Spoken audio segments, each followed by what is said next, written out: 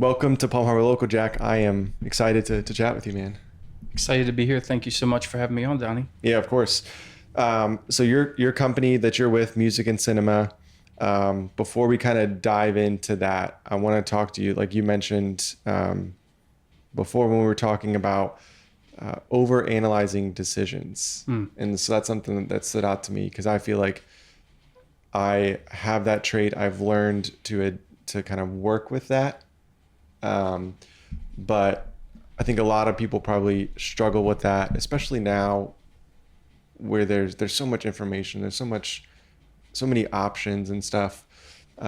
So when you hear that, like over analyzing, analysis by paralysis, like what comes to mind for you? So for me, analysis by paralysis has been something that if I had one huge struggle, that would by far be it. Whether it's the fear of failure. Yeah.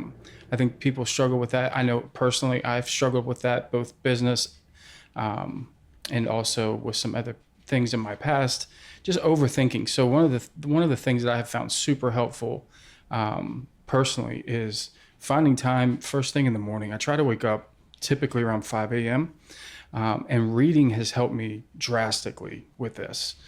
And not just the authors that I'm reading, but just the mindfulness of just sitting down, letting your mind go somewhere else besides constantly worrying about what if I make a mistake? What if I don't have it all together and they don't like me?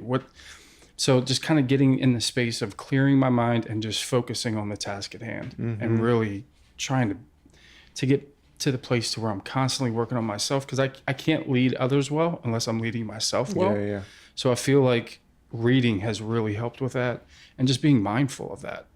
Is it any particular topics that you're reading, or is it just like the act of reading is what has truly helped you? So I'm a fan of leadership. I love Patrick Lenciani. Okay. And that the leadership, and then also obviously from a spiritual standpoint, obviously being in the Bible as much as I can, and also some Christian authors as well. But I would say from the leadership perspective, Patrick Lenciani is great. John Maxwell is fantastic. Yeah. With leadership and just kind of, I try to take a little, it's easy to get on your phone or your tablet and take notes. I try to make sure I have pen and paper there. Yeah. As simplistic as it sounds. So there's no distraction. Yeah. So.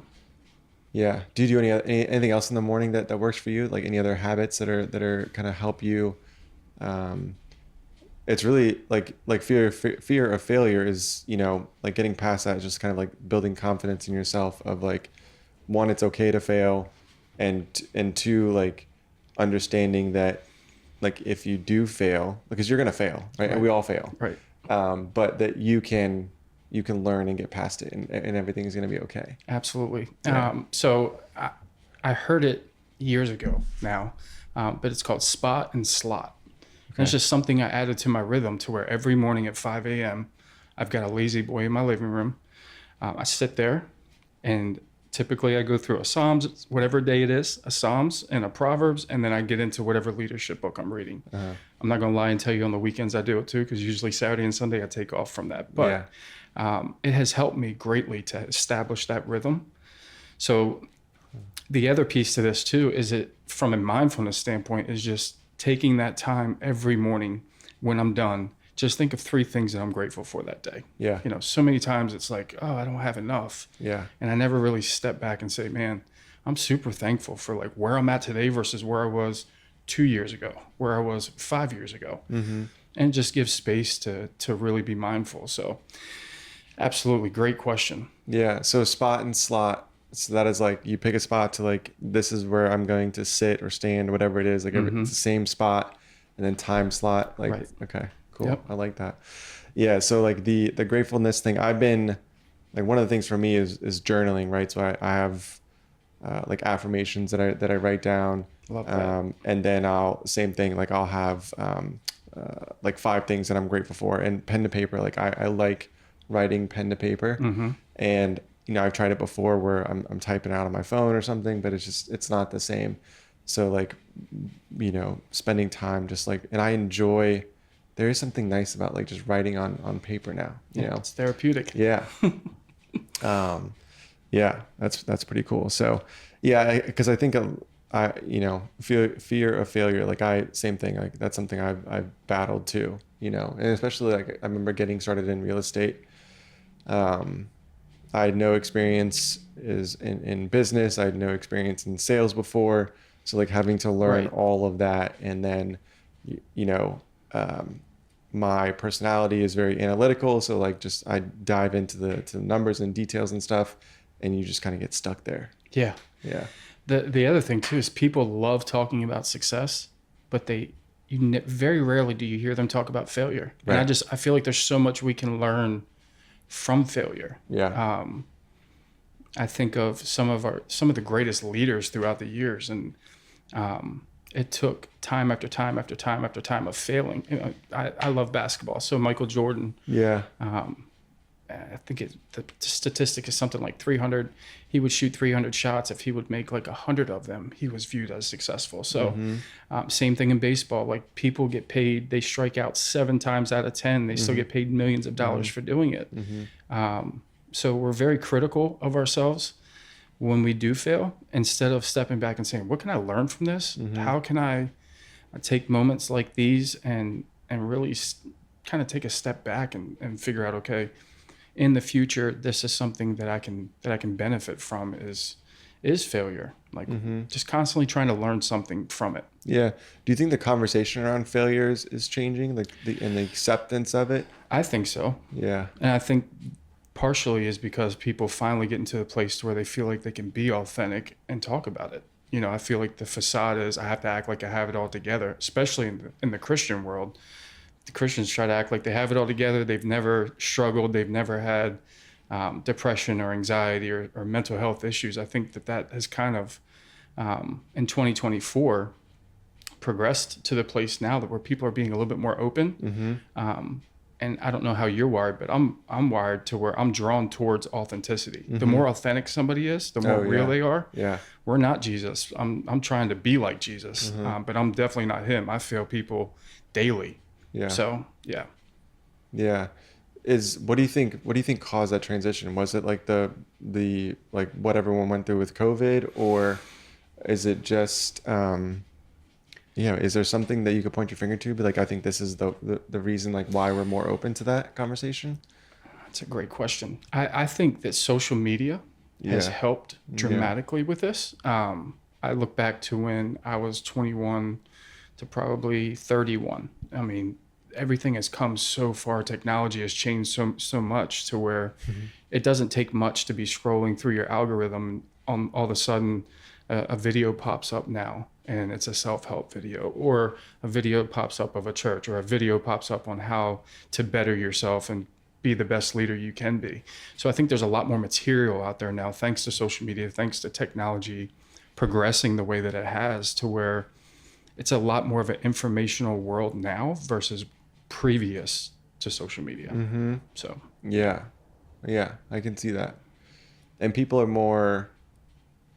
some people, right, are more open to be vulnerable on that platform, right? Because they're not like in front, physically in front of somebody. So maybe it's a little bit like easier to do that. Although a lot of people could see, that vulnerability. But absolutely. But yeah, that's interesting. Yeah, I would probably agree with that, right? Like social media plays a big role in that. Like, no doubt. There's pros and cons of social media. It can be a tool if you use it the correct way. Correct. Yeah, so. I like that. So, so your company, Music and Cinema.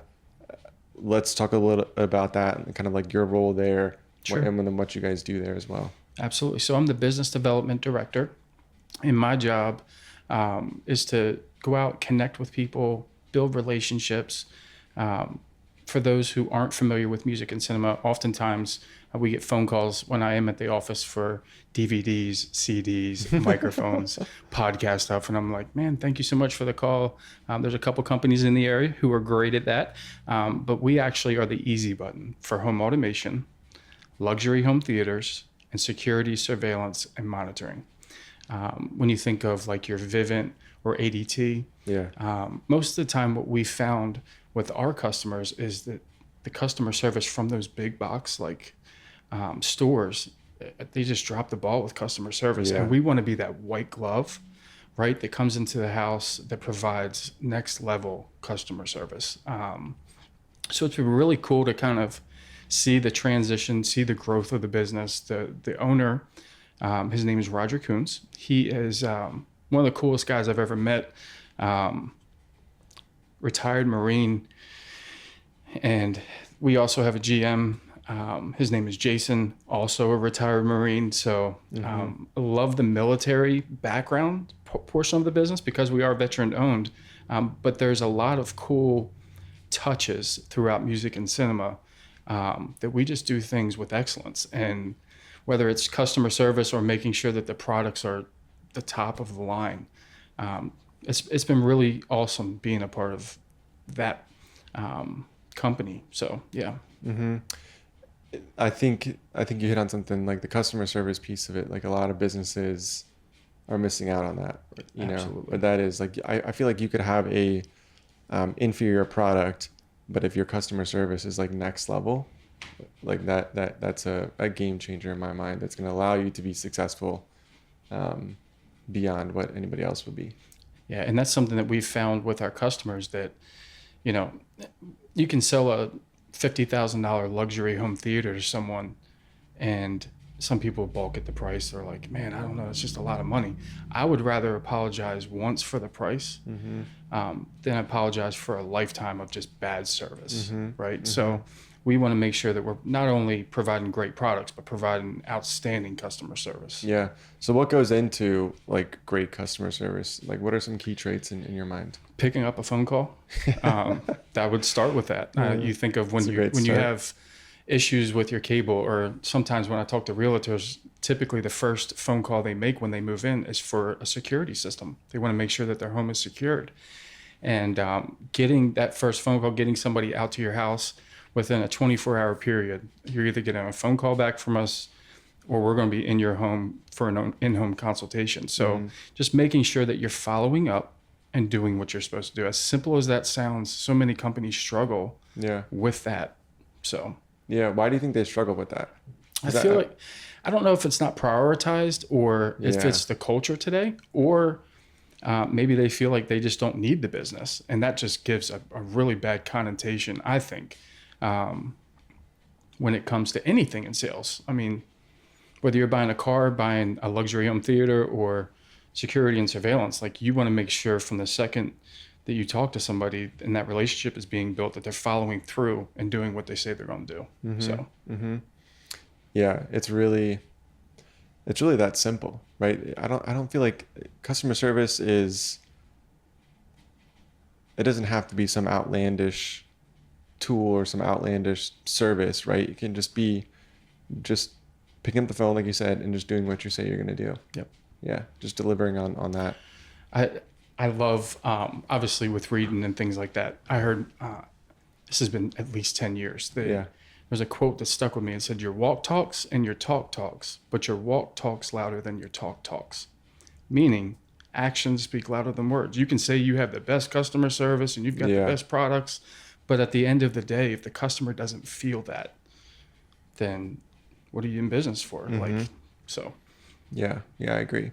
So you mentioned like your role is business development. What goes into that, and then like what are you doing to help, I guess, like grow the business, or in your role?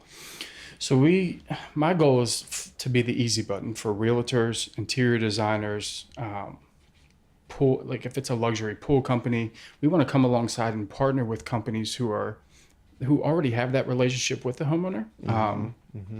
And we want to be able to, provide, if it's a realtor, we want to be the first phone call for security, surveillance, monitoring. But really and truly, Donnie, we want to start that relationship, whether it's with the company or whether it's with some of the people that we're networking with. We always want to make sure that they know that, number one, we're on Highway 19, right across from the BMW dealership. So we have a beautiful showroom that you can stop in, ask questions. You can kind of look around, see what we have to offer. I would say the biggest piece, though, is creating the relationship with the current business owners in the area, letting them know, number one, we are veteran owned. we are local, and just seeing how we can add value to other people. And in return, we end up creating a partnership. Yeah. So what goes into your, like, how are you going about networking and building those relationships and that sort of stuff? good question. So I would say it's three-pronged. First one being making sure our social media is up to date, so that regardless of who's looking on Facebook, Instagram, we just started a TikTok, easily being able to network first digitally. Yeah. And then second would be Palm Harbor Chamber of Commerce. Like, that's just a great place to meet people, to get connected into the community. And then third, I would say just networking at local events and things like that. There's a couple great networking groups in this area, but just being out about, rubbing elbows with people, being grassroots. I think that's so overlooked in today's time. People want to spend all this money on Google ads and Facebook ads, and they don't want to get out and just meet people. Yeah. So yeah, basically create this referral pipeline, this referral ecosystem, right? Right. Yeah. Yeah. It's, yeah, I agree. Like, that is, it's easy to create the ads and that sort of stuff, right? But if you don't know what people are looking for, if you're not out in the community talking to people, having conversations, the Google ads maybe don't work as well, or whatever. But, and it's obviously cheaper probably to get out there and meet people than it is no doubt to run Google ads. Yeah. Do you enjoy, so going back to like the fear of failure and like connecting that with networking, right? Do you enjoy like the networking events? So that was something like early on in my real estate career, where like I saw networking, I was like, yeah, I don't really want to do that, but I understand the importance of it, the value in it and everything. And it's one of the reasons like why I started this podcast, right? Was to kind of grow my network. So these networking events, like, what are your thoughts on those? So I think they are what you make it, right? Yeah. I think that the more you put yourself out there, and that's been something for me, even though I am super outgoing, I think sometimes I get in my own head, like, I wonder what these people are going to think, or, and that fear of failure, I got to just kill that automatically, because when you're involved in community, when you're involved in something like a Palm Harbor Chamber, you want to be able to take in and learn as much as you can from other people and their experiences. And that's really helped develop growth on my end, to become a better leader. They say who you surround yourself with is who you become. So I want to be around winners, and I want to be around people who are positive, who don't have that negative outlook on life. And I've found that through networking, the more that I put into it, the greater the return. So yeah, I like that. So you mentioned like surrounding yourself with the right people. I feel like if you read any books, right, like that's a common theme of like, you become like who you surround yourself with, like the 5 most people you surround yourself with or spend the most time with. How do you go about like analyzing or figuring out like, who are those people that I want to be? Is it just like, hey, I see that person and what they're doing, and that's who I want to be like, and I'm gonna be like, okay, I'm gonna find a way to learn from them? Like, what's your strategy there to like find those core 5 people? I look for action. I look for the people who are the movers and shakers, who have I call it the authenticity factor. The people who aren't scared to be vulnerable and tell you about their biggest. I was reading Rob Getz. He made a post on Facebook the other day, very vulnerable post, talking about how he got out of high school and went and had to work for a bagel shop instead of his dad's company, and like some of the things, like the failure that he went through in order to be as successful as he was. And I just feel like the people that I try to surround myself with, maybe they're not necessarily the richest people, but they're definitely the wisest. They're the ones who are talking openly about the success that they've had and why they've had it. They're not scared to talk about their failures. They're the people that are readers, especially with reading. Like, when you hear a leader talk about books, automatically, like, I'm turned. Yeah. My ear now is listening even more. I'm more attentive, because I know that with reading comes wisdom. right? Yeah. And it's just a trait I've found with leadership. Leaders are readers. Yeah. So that's the type of people I want to be around. Yeah. What is it that attracts you to leadership? You've mentioned that quite a few times. I have grown up, my dad was a pastor. My grandfather was a pastor. I've grown up around some incredible leaders, and I wanted to, I'm still not where I would like to be, but I'm not where I was 5 years ago either. Right. I just want to be at a place to where I can add value to people through the authenticity of who I truly am. And I don't have to fake it till I make it, you know? I just feel like that's such an important quality that gets overlooked, whether you're in the business world, whether you're in the ministry world, regardless. It's just a really important, the development of leadership is super important. Yeah. I think for us as human beings. Yeah. So what goes into being a great leader? I would say, first of all, is humility. And secondly, I would say is being able to discern your view of yourself. In other words, like knowing that there's other people out there who need to learn what you've been through, right? Yeah. So the other piece of this too is I personally feel like the greatest leaders in my life had a lot of integrity. I mean, they were just very high integrity driven people. So combining those things, I think, not to keep driving things back to religion either, but I think too, the people who have a relationship with God that understand their value and purpose on earth. I just want to be able to add value to people through whether that's through leadership in the corporate world or in a ministry vein. I think that's extremely important. Yeah. Yep. Yeah. I like that. Yeah. There's, yeah. Do you think leadership is like it can be like a learned skill, or people are just kind of given that ability to be like natural born leaders, or is it both? It could be both, I guess. I would say both. Yeah. I think it's in your DNA. And at the same time, it's almost like when you hear of people who've been good athletes when they were in high school and as a kid, some of that comes to you naturally. And there's some of it that you just have to continuously work on being the best version of yourself 24/7. And it takes work. And the people who are willing to put in the work typically are the best leaders. So I don't think you ever fully arrive in leadership.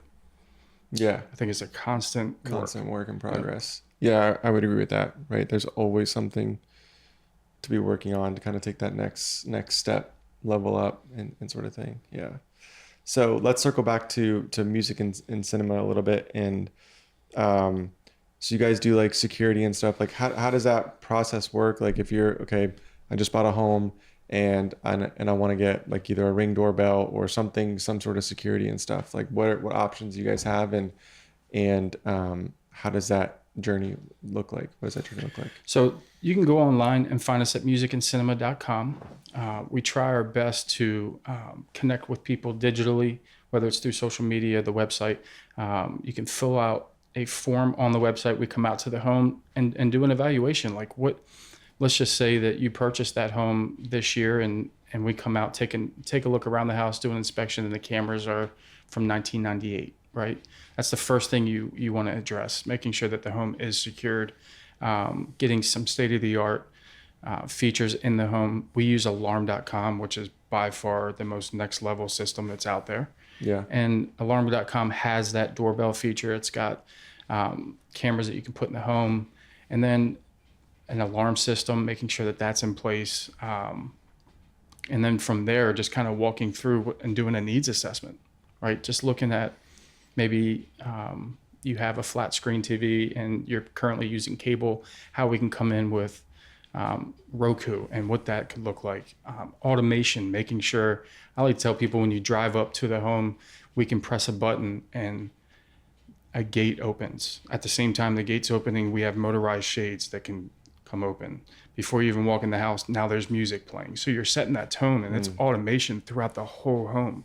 Technology is it's it's absolutely my favorite part about my job, being able to have access to these things, and the look on people's faces when you show them what we can do with a home. They're blown away.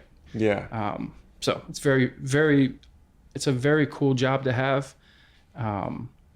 The piece that I love probably more than anything else is the look on their face when they see like the luxury home theater when it's all finished. Yeah. Right. Yeah. I love that as well. So let's talk about like some of those features and stuff, because I'm intrigued now too.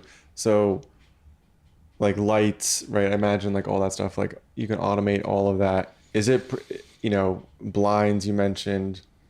We have a Nest thermostat, right? So you can adjust that in certain times and whatnot. But like I'd imagine you can tie all those pieces together to like one control hub or something. Yep. So you would have a panel. I would say from even the refrigerators now can be automated, which is wild. But What do they do there? so on the front of the screen, you can control not just like lighting control, but from on the front of the refrigerator, you can actually leave notes on the fridge. It has like almost like a screen that you would see on an iPad is actually built into. They make smart refrigerators now. Oh, right. Right. The other thing too is there's a little automation to where if there's ever a leak in the home, there's an automation that'll know that. It'll alert you. If you leave the lights on and you're on vacation, it'll alert you. Hey, you got the lights. You forgot to turn them off. Or if you're coming home late and you want to go ahead and shut the blinds, you can literally just tap a button. So I think automation, the more that you can tie together, I think it just enhances your life and makes your life that much easier. Mm-hmm. So yeah, I know there's times for me and my wife where if we're coming home late, before I even get home, I want to go ahead and get on my phone and I'm turning the air down to 69. They're like, 69? I'm like, yeah, that's what I keep my house at. So yeah. You keep it at 69? 69 year round. Yep. Oh my gosh. Yep. And where did you grow up? So I grew up in Delaware until I was in 6th grade. I mentioned earlier, my dad's a pastor. So we went from Delaware to Georgia to Alabama, spent some time in Florida, but most of our time was spent up north. Okay. So you're just like used to the cold. Oh yeah. Yeah. Do you miss Gotta have it, especially at nighttime. It's gotta be freezing in my house. Yeah, at nighttime I get that. Like 69 during the day, like you're just like chilling in 69. Yep. That's and cool. No, I don't miss it one bit. I miss the people that are up there. I had some great friends. Yeah. And I miss the people, but I do not miss the north whatsoever. Yeah. I love Florida. What makes you not miss it? Is it the snow, like the work that's involved with the snow, or the snow? I don't, obviously, like it gets darker quicker down here around like 5 or 6 o'clock in November, December. Up there, it's just, I feel like the climate down here, being near water, it's just calming. Like, I love going down through the causeway around 5 or 6 o'clock, watching a sunset, being 10 minutes away from one of the best beaches in the world. It's just, it's an awesome feeling to know that you can just jump in your car and we live here, you know? So yeah, it's crazy. It's I feel like it's easy to forget, like someone who grew up here, or if you've been here for a long time, like it's easy to forget how really great this place is as far as like just the environment, the different cities and stuff that each have their own little community and different vibe and feel, between each city. But yeah, someone mentioned, I think it was on a podcast the other day, but like what's great about here is like every 365 days of year you can go outside and maybe you don't see the sun every time, but you can go like physically go outside, whereas like up north, maybe in Delaware, there are days where you're like snowed in for a couple of days or something, I would imagine. And that's like it's a completely different, like I'm sitting here laughing thinking, like I remember 6 years ago I was walking out of my door. It's 6 o'clock in the morning. I open up the door and I slip on a patch of ice, fall on my back, and I'm like, that's it. Like I'm so done being up here. And we wanted to move down to be closer to her grandfather in Sarasota. He just passed, so thank God we moved when we did. But yeah, I'm not a fan of the cold, not a fan of the snow, not a fan of the ice. And down here, I mean, even in the wintertime, it's still beautiful. Yeah. And I love the palm trees, like all of it. What about driving up north? Like, do you ever hit like icy patches and Oh yeah, slide around? Like that's just the norm. it's a norm. Yeah, and any time between typically like November and February, Like that's possible. oh yeah, yeah, Crazy. yep. Yeah, that would be scary. Just I mean, I've seen some of the videos and stuff of like the massive car wrecks, right? Where you're just like, there's nothing you can control. No, we've seen some terrible accidents on 95 throughout the years, Yeah. and just super thankful that I live in the Sunshine State. Yeah. Yeah. That's awesome. So what, I mean, you kind of already answered it, but like, maybe let's talk about like Palm Harbor, because you live in Palm Harbor now, right? Yep. So what is something that you love that about Palm Harbor that kind of separates it from the other communities? So I like the centralization of Palm Harbor. I like that I can be in Dunedin in 10 minutes. I like that I can be in Clearwater in 15. The other thing I really enjoy about Palm Harbor is the downtown area of Palm Harbor and kind of the plans on where they're going. I'm a big vision guy. I like talking about the future and seeing kind of where they've came from in the last 5 years versus where they're going. It's really exciting to see our community kind of developing the way it is. There's a few churches in the area that I'm very familiar with that are also excited about, because the more that the community is addressing the downtown area and things like that, obviously that's going to bring more people in and help grow Palm Harbor. So yeah.